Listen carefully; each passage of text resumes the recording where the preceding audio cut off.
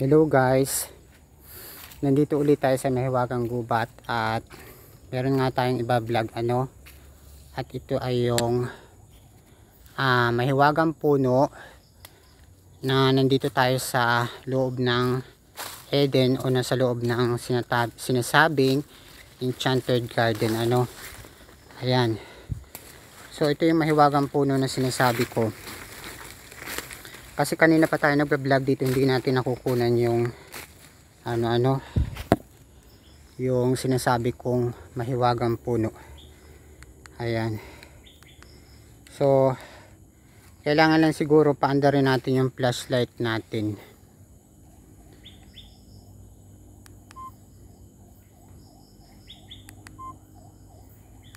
Nasaan ba yung flashlight nito?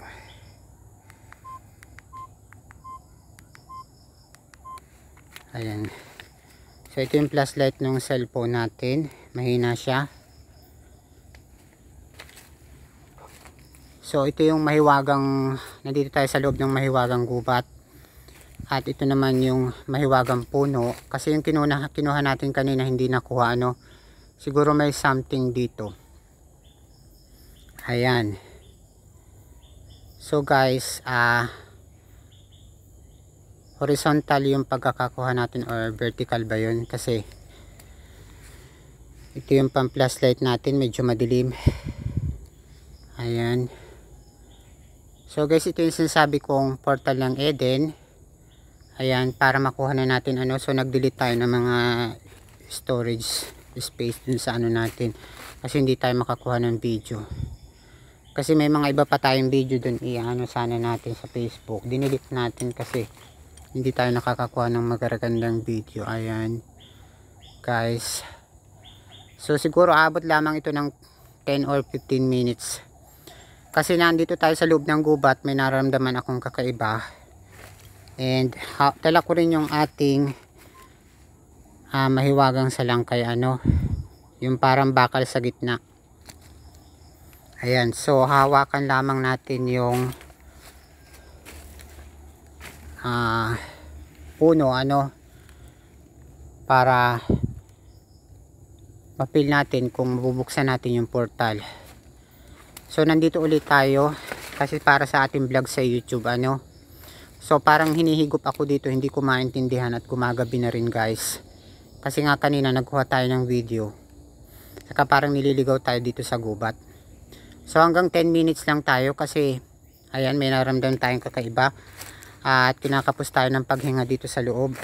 Namamanhid din yung mga paa at kamay natin, kasi may mga kakaibang nilalang na nandirito Ayan guys, so at ito ay ipipremiere natin sa ating YouTube channel mga after 10 or 15 days siguro.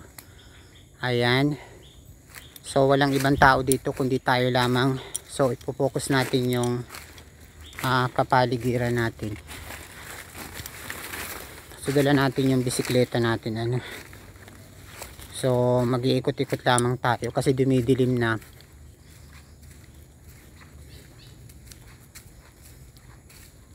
At may nakita tayo ditong engkanto dati, mga bata na nakasabay natin paglabas. So maaring ito na yung loob ng Eden ng sinasabi kong Enchanted Garden, kasi may nararamdaman tayong kakaiba, kinakabahan tayo, and wala na rin tao dito. Katao-tao dito sa loob. Ayan guys, so hanggang 10 minutes lang tayo kasi baka makulong tayo dito sa loob ng Enchanted Garden or gubat ng Eden or ng mga diwani or diwata ayan. So ang masasabi ko lang ay pag-ingatan natin yung mga paligid natin, kasi dito may kakaibang mundo tayong natutuklasan na hindi natin alam at may nararamdaman tayong kakaiba, mga engkanto dito sa loob na maaring naninirahan. Ayan guys, yun yung dinaanan natin kanina. So hindi ko nakita yung mahiwagang puno.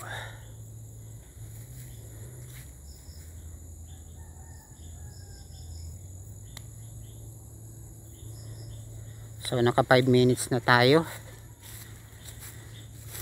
Hanggang 10 minutes lang tayo. Kasi napapagod na ako sa Kaba Vlog. Ang hirap mag vlog ayan.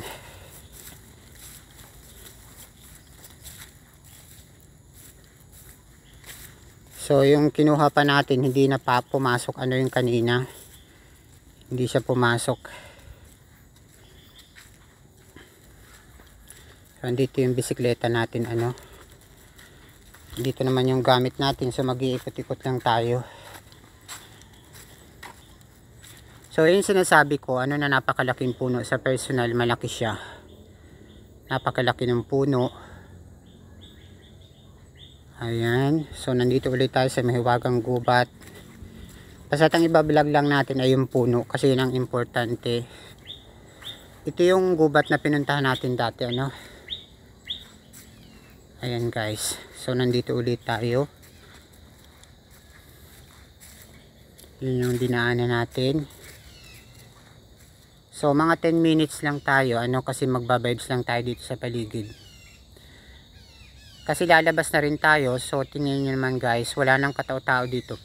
Kasi kanina may nakukuha tayong mga huni tulad niyan. May naririnig tayong huni dito sa gubat. Ayan guys.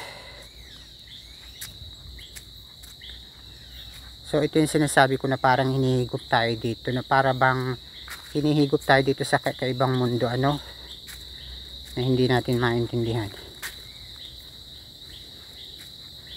So mga 10 minutes lang tayo para maipasok na natin ito sa ating YouTube channel kasi gumagabi na. Ayan, gumagabi na. Papasok na natin sa ating YouTube channel.